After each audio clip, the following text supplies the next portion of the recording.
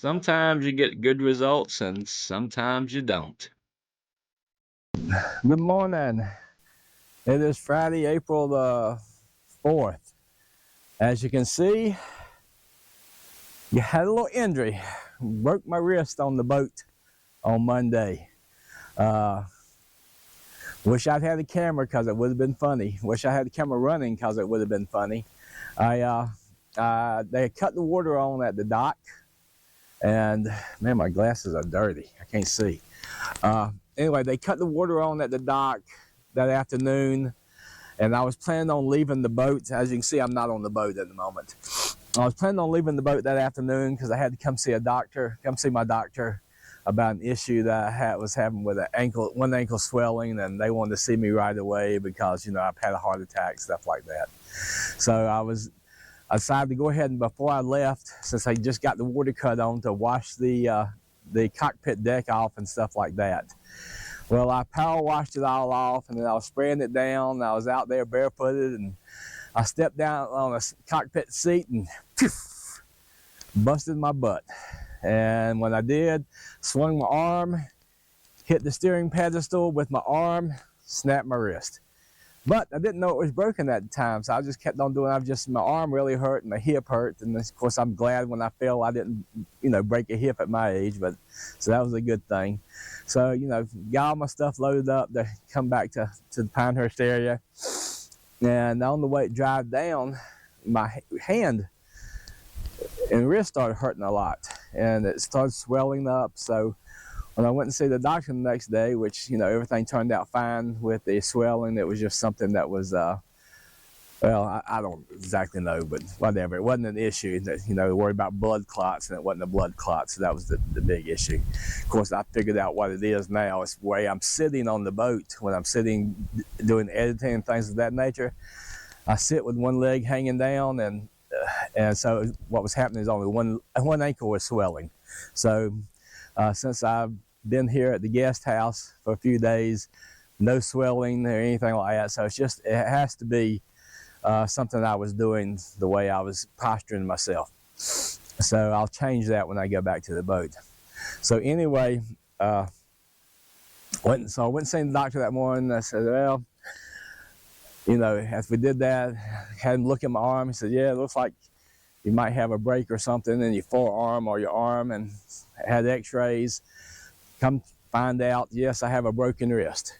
So I'd already planned on being back on the boat, but I've got to go back to the orthopedist next Thursday, so I've got to hang around here, and when I go back in, they'll decide whether I stay in this splint, which is a hard thing right through here, or if they put me in a full cast.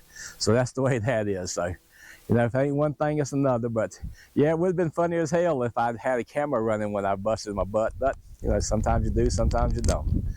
Alrighty, so what we're going to work on right now is getting I pulled all the halyards off the boat. Now, maybe I'll put that up. Yeah, I think I'll do that. I'm kind of at a loss of words here, so let me figure out what I'm going to do. Okay, so what we're going to show in this video is me pulling the halyards off the mast, and then starting to get them washed and cleaned up. One of the unfortunate things I did, I left all my video stuff on my hard drive on the boat this time instead of leaving it at the house. So I'm just a friggin' knucklehead. All right, so let's get to it. All right, so the first thing I'm gonna do is take and put all these halyards. I got them all marked, and I'm gonna put all these halyards into this is one of my ex's containers for a koi fish when she's pulling them out and doing different stuff with them. So I'm gonna get this filled with water, let these soak overnight.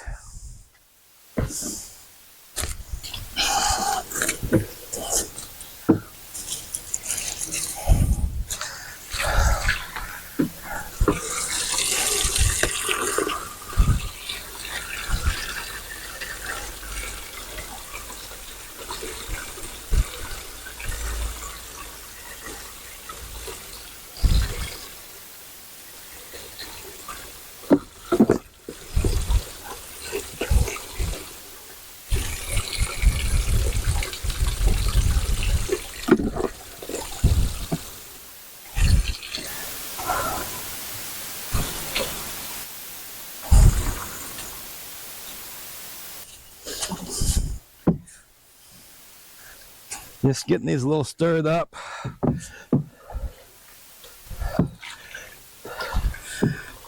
So what I'll end up doing is throwing these in the washing machine.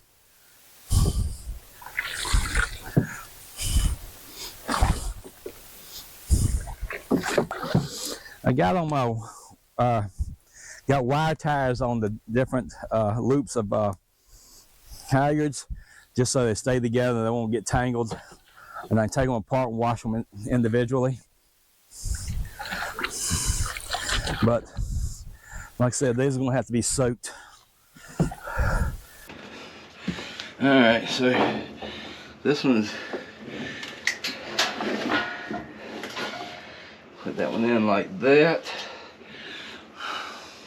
Okay, so that was the stay sail halyard, and this is the port spinnaker halyard. This is the filthiest one. I don't know if this is going to work, but I'll give it a try.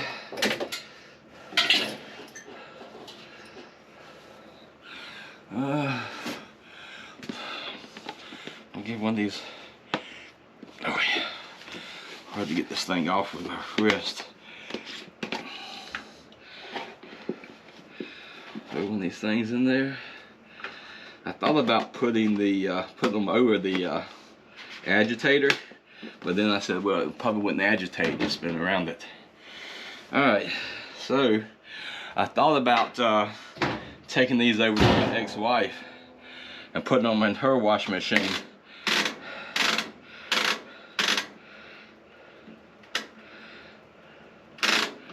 Let's add some fabric softener.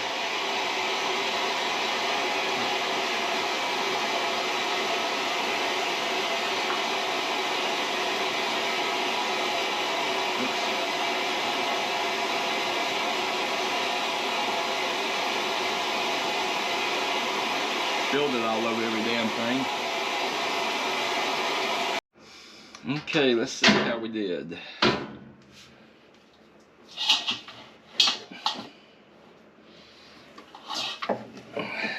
Not too good.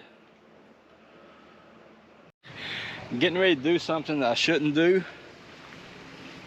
but what the hell? Either they're savable or they're not.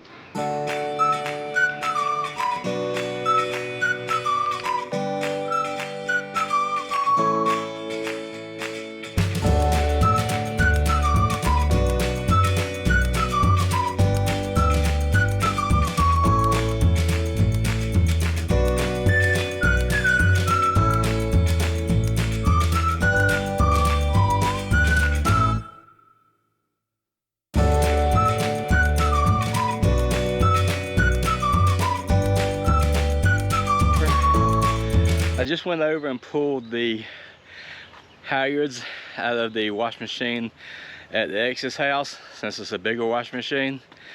And well, let me show you.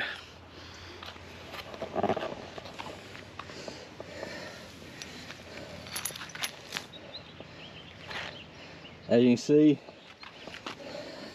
some of the halyards just fell apart. Oh well. Let's see what happens on the next load.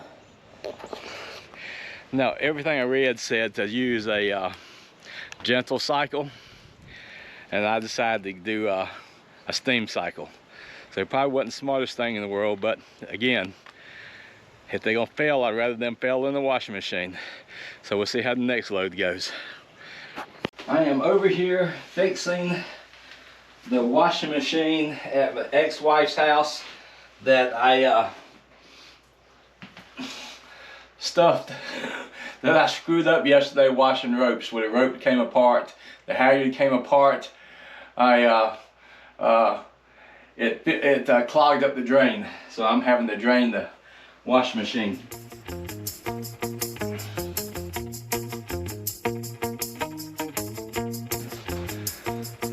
It's almost empty. And then I've got to figure out how to get the drain out, because I haven't been able to get it out yet. And this ain't easy with my damn wrist hurting.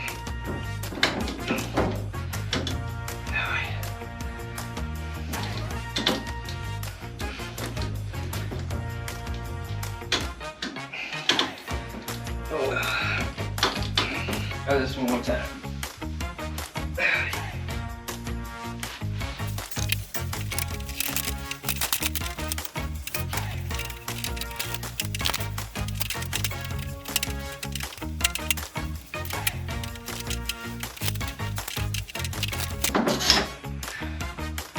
Are you fucking kidding me?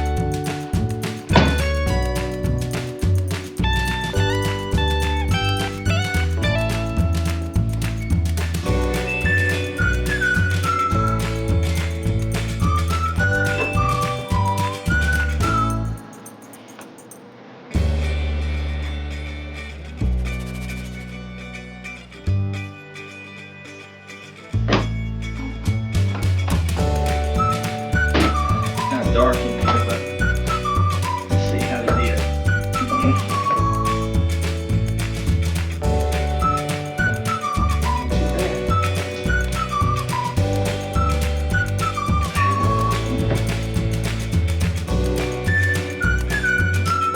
Alright, so got them out. Fairly good. I mean, they still came out fairly clean. There's still some issues, but came out pretty good.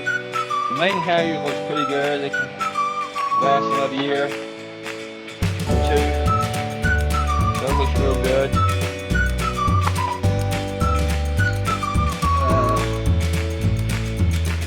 That reefing line looks okay for the most part. I've changed some of it, but spinnaker line looks okay. So I think we're gonna be okay with a couple of these, and a couple of that. I planned on replacing them anyway, so we'll see how we go. Gotta look for deals. If I can find a deal on some line, I'll replace them sooner than later.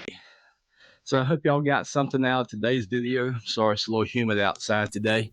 As you see, still got the wrist brace on. Today is Monday, April the 7th. And I go back to the orthopedic on Thursday to decide to keep a splint or put a hard cast on. And then I'll be heading back to the boat. Didn't plan on being here for 2 weeks, basically. I only wanted to be here for a couple of days, and well, things didn't quite work out. Like I said, I hope you enjoyed the video. It shows you what to do and what not to do with your halyards when you're washing them. Some of them came out good. Put them in the basket, washed it on gentle cycle. Put them in a bag and washed them on gentle cycle. The ones I did not put in the bag, washed aggressively, fell apart. Of course, they probably would have fallen apart anyway. So that is what it is. I want to thank everybody that has continued to watch the videos. Thank you that have subscribed. Really appreciate it. I want to thank my newest patron, Catherine. Thank you very much. It's appreciated. Also, what's coming up next is the bonus track of the walkthrough of the garden, the private garden here at the guest house. So some of you might like that, might enjoy the walkthrough. It's not as descriptive as you would think because I don't know that much about plants, but there's a hell of a lot of them. Okay, so again, thank everybody that watched the video all the way through the end. Those of you didn't, well, I hope you had a great day. Hope you go home tonight. The kids are screaming. The small one has the runs. No, I'm just kidding. I hope you have a great day. See ya. Oh, one more thing. I forgot. I'm going to do just one video a week from now on. It takes up too much time editing. I'm just not very good at it. Like this week's video, I had to edit it on my little laptop here at the guest house, and my eyesight and stuff just ain't that great to be able to see everything, so I apologize for crap that went on. So anyway, and also I forgot my hard drive, so it is what it is. So like I said, we'll see you next Tuesday. Have fun. Okay, so I think we are going to do a tour of the garden. So let's just go on down here. This is the garden that my ex-wife built over about 4 years. She placed everything herself, purchased everything herself. So let's just go down through the garden. So this is the cactus section or arid section or whatever they call it. One thing you'll want to notice is she has everything marked. Every plant has its name put down on it. In this particular garden, all this mounding, this was all flat land. So you just had tons of dirt brought in and tons of stone or pebbles, and she built this all up by hand. She did this all herself. No one helped her. She placed all the rocks. The only time she got any help is I did go and pick up rocks for her occasionally. We'd go together, I would say, did it for her, but she'd send me places with her to pick up some rocks and stuff. But she unloaded everything, placed everything. She would go rent one of those little ditch witch things, or whatever they're called, and she'd move things around. She'd work on it a day a week, and then she'd work on it in the evenings. But you can see the wide variety of plants. As you can see, the cactus garden has quite a few.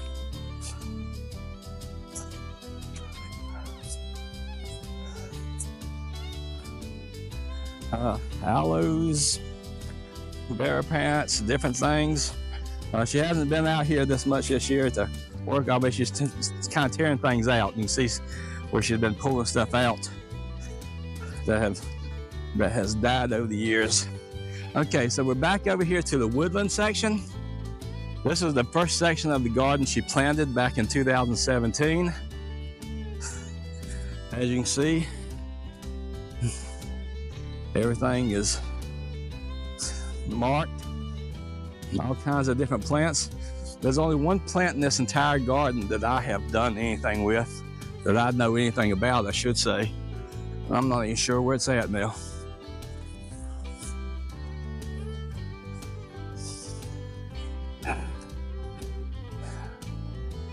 All right, so it's still spring, so things haven't,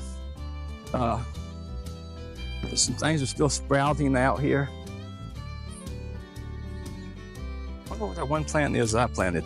Well, I wouldn't say I planted a plant, but I did buy one plant that used to be over in front of the house.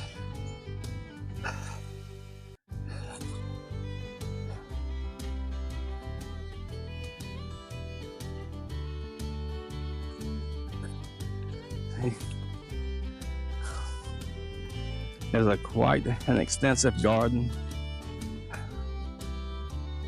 The spring cleaning that she usually does hasn't been done yet. But you can see the number of things that come back.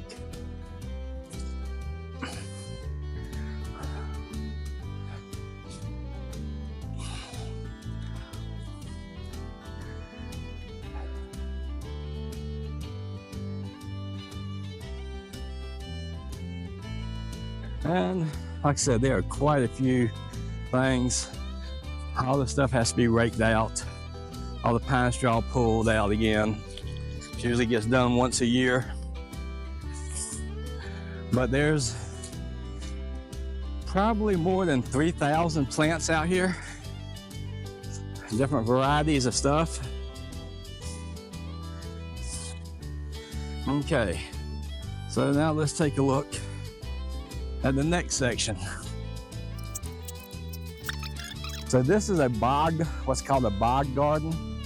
It has things in it like pitcher plants, Venus flytraps that haven't quite come out yet for the year, and things of that nature, just stuff that the water stays in here and it's boggy. So it's plants that would live in a bog garden, you know, like that little pitcher plant there. A lot of pitcher plants. So you can see the little Venus flytrap is just starting to come up. There's another one that'll just start to come up. They're actually pretty, surprisingly, flytraps are actually kind of, you see she has quite a few of them in here. They are actually quite small. It's surprising how small they are. Okay, so let me back out here and give you a wider view. This here is called a ledge garden. So what she did, she built up this mound and built it, and every stone that she placed by hand. And you can see she even has all the little things in there telling you what these things are that are in here. Like a lot of them haven't come out yet for the year, and she hasn't weeded yet because it's still early in the spring. She uses these milk cartons to cover them up, cover up certain plants during the winter time.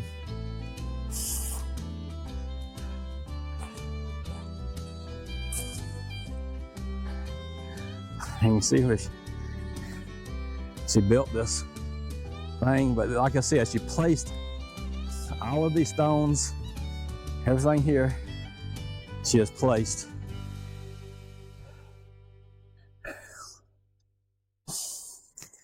That may be the first time I've ever walked up to the top of this thing.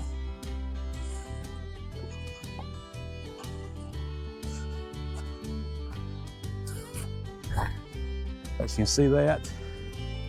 Again, more plants over there. This is the koi pond. She used to have a koi pond over where one of the bog gardens is. She dug herself. But she did have this, the only thing she had someone else do. She had someone else build this koi pond for her. And she maintains it.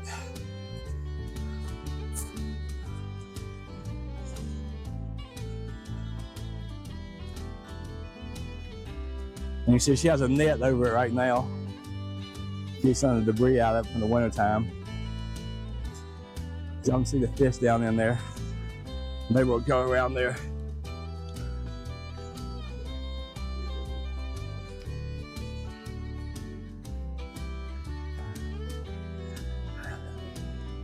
And then in the back of the guest house, you can see there are more plants.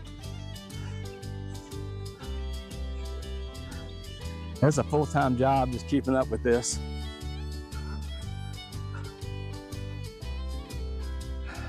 This is a gazebo I've been building on for about 2 years now. Let's see if we can get the fish to come up. Oh yeah. All right.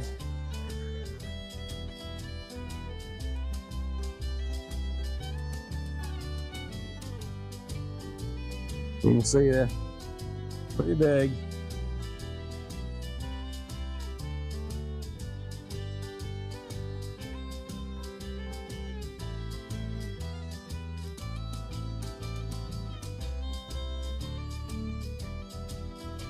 Okay, so I just thought y'all like to have a look-see at what I see when I come back here. I'll actually put a picture in of what it looks like at night when it's lit up.